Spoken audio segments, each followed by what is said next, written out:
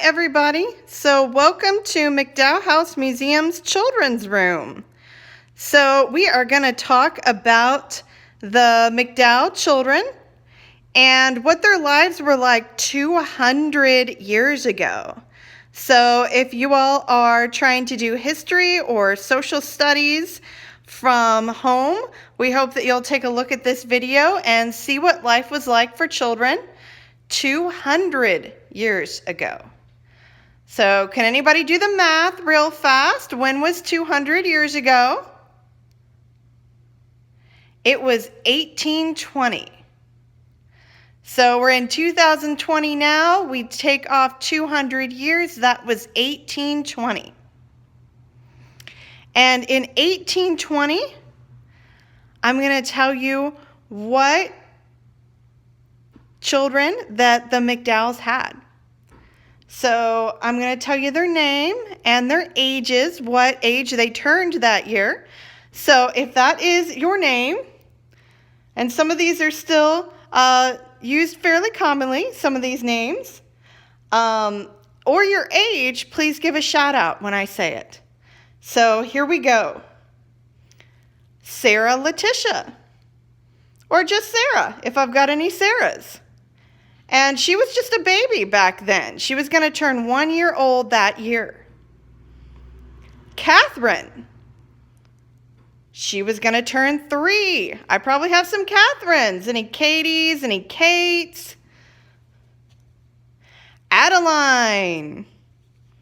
7 years old. Do I have any 7-year-olds? Yay! William. Do I have any Williams? He turned 9. Do I have 9-year-olds? Yeah. Mary. She turned 13. Do I have any 13-year-olds? Isaac. He turned 16.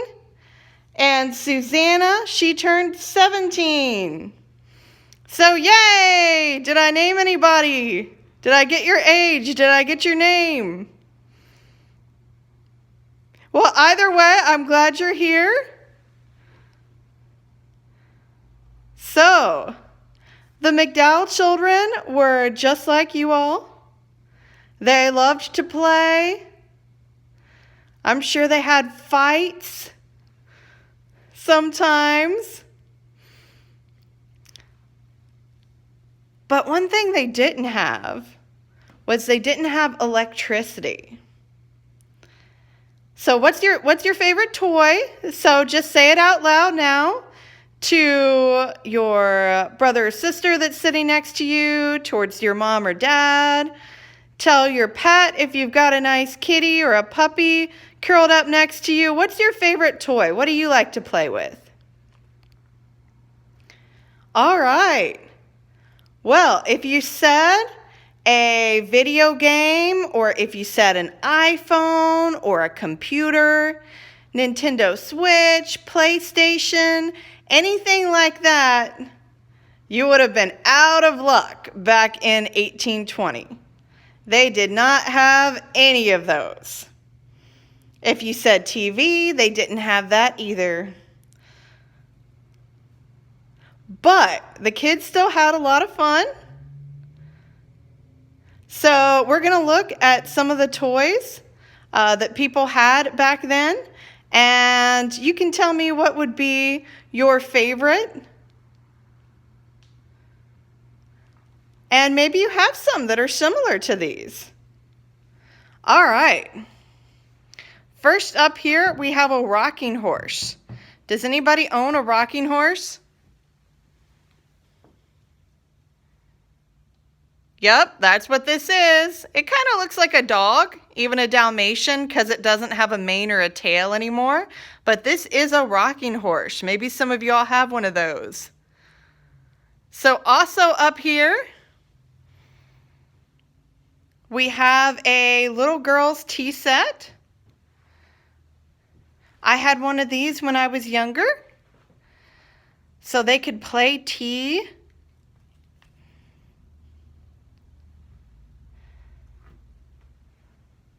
Adeline and Mary and maybe Catherine probably liked to do that.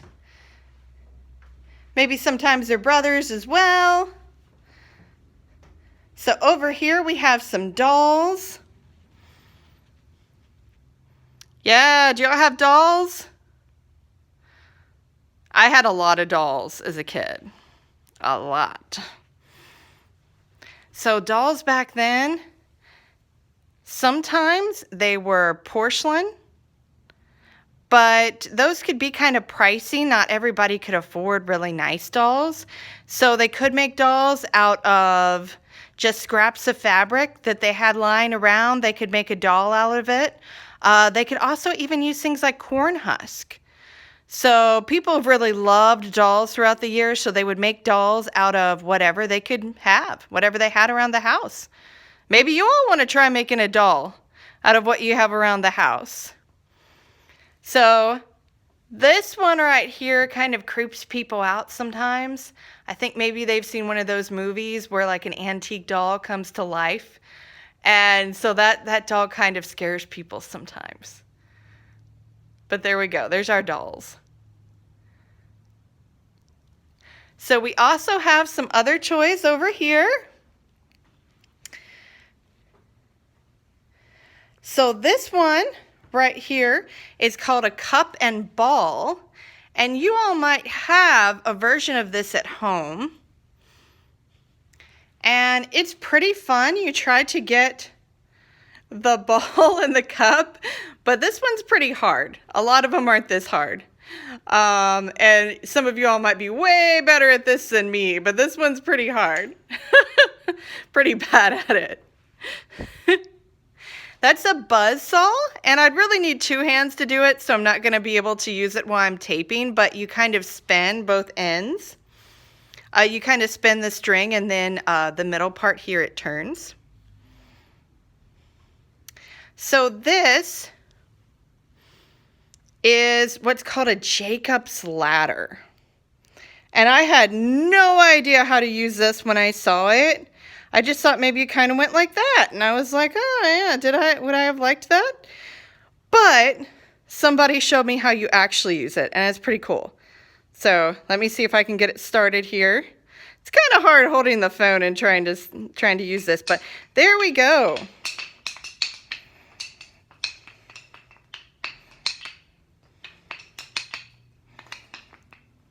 It's fun once you get it started. Yeah, so can you see that block goes down? And another block goes down and goes down. It's pretty fun. All right. So, of course, the kids didn't play all the time. What you may be doing now is studying. And the McDowell kids would have done that too. So, do y'all know what this is? Have you ever seen one of these? This is a slate. So this would have been used by one of the kids to write their lessons. They would have written with this. And they could write out how to spell different words. You can even draw with it if you want to. It's like having your own personal blackboard. So rather than using paper all the time, they could use things like this. And then you can just erase it, and it saves paper. And of course, they didn't have computers or anything like that. If you all have whiteboards at school, it's kind of like that. It's like a personal whiteboard. So, when they weren't studying or playing, well, just talking about some of the things that they would have needed. So you need to stay the right temperature, right? Sometimes you get cold.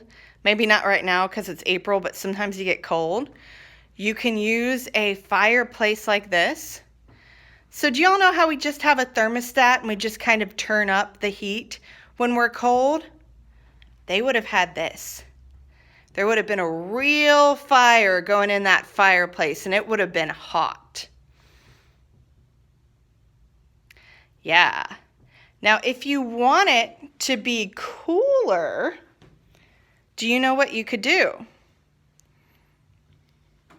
Do you know what you would do in a room like this if you wanted it to be cooler? Can anybody guess? Anybody guess? That's right, you open a window. And windows are especially awesome for getting a nice breeze if you have them across from each other. And in this room you do. So that is nice. Do y'all know what else the windows do? No electricity, right? They let in light. Absolutely. What else can you use for light in this room? There's two things. Can you tell? Kind of like a hidden object game here. Can you tell what you can use to get light other than the windows? Do y'all see it? There's two things. And one of them's actually in here 3 times. Okay, first is what we already talked about, which is the fireplace. That could be used for light too. So what's the other one? It's in here it's in this shot 3 times. That's right, candles. Yeah, so we'll look up here. This is what candles looked like back then. A lot of times, maybe always, they were not nearly as pretty as what we have today. Today we have really beautiful candles and they smell like vanilla and things like that. But here you go. Here's what candles looked like a lot of the times back then. So you'd light that.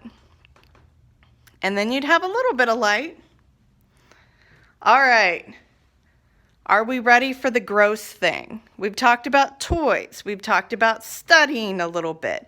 We've talked about lighting and how you kept cool and how you kept warm. So there's something else other than eating. We're not going to talk about that today. There's something else that you do every single day, multiple times a day, and that they did back then too. And it's a little bit gross. Anybody know? There are 2 toilets in this room, guys. They didn't have bathrooms like we have today. There are 2 toilets in this shot. So take a look. See if you can find it. Hidden object game again. Can you find the 2 toilets? Can you find them? All right. Number 1 is this. Under the bed. This is a chamber pot. That is a toilet, you guys.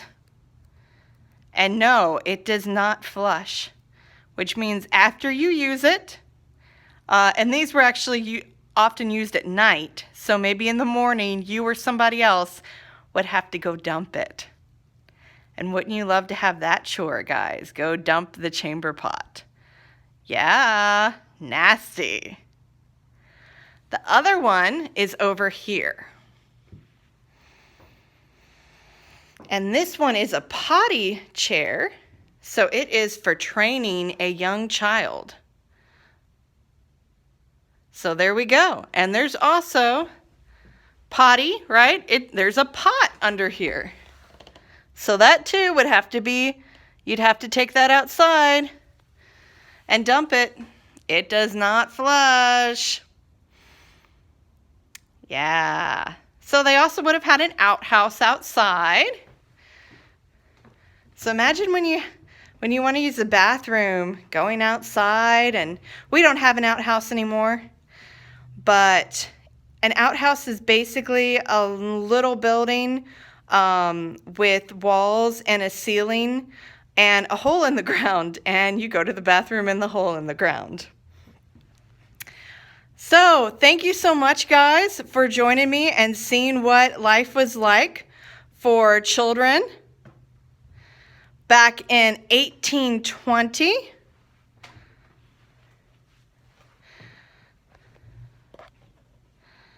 So there will not be comments allowed on the YouTube video because this is for children. But if your parents want to go to our Facebook And comment and let me know if there's anything else you all want to see.